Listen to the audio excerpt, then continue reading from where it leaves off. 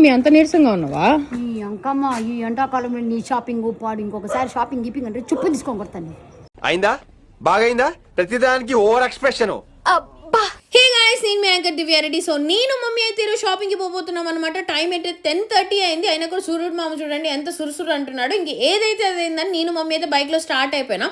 మీరైతే పిల్లలతో బయటకు వచ్చేటప్పుడు తప్పకుండా ప్రికాషన్స్ తీసుకురండి, అంత వేడిగా ఉంది బయట అయితే. సో లక్కీ షాపింగ్ మాల్కి అయితే వచ్చేసినాం అనమాట. సో లోపలికి వెళ్ళానో లేదో గ్రౌండ్ ఫ్లోర్లో చూడండి ఎంతమంది క్రౌడ్ ఉన్నారో. ఇంకా మా మమ్మీ అయితే నా కోసం మంచిగా శారీ సెలెక్ట్ చేసి మేమైతే థర్డ్ ఫ్లోర్కి వెళ్ళామన్నమాట. సో అక్కడే ఆఫర్ ఐటమ్స్ అన్ని కూడా ఉన్నాయంటే ఇంకా లిటరల్లీ వీళ్ళు పెట్టిన ఆఫర్స్ అన్ని కూడా వర్తనే చెప్పాలి. ఇది ఎలాంటి ప్రమోషన్ వీడియో కాదు, కానీ వీళ్ళ క్వాలిటీ నచ్చింది నాకు, అందుకే వీడియో చేస్తున్నా. సో వీళ్ళ కుర్తీ కలెక్షన్ అయితే మస్ట్ ట్రై మామ. ఇవన్నీ మీకు ఎంఆర్పీ ప్రైస్ పడుతుంది కానీ చాలా బాగుంది.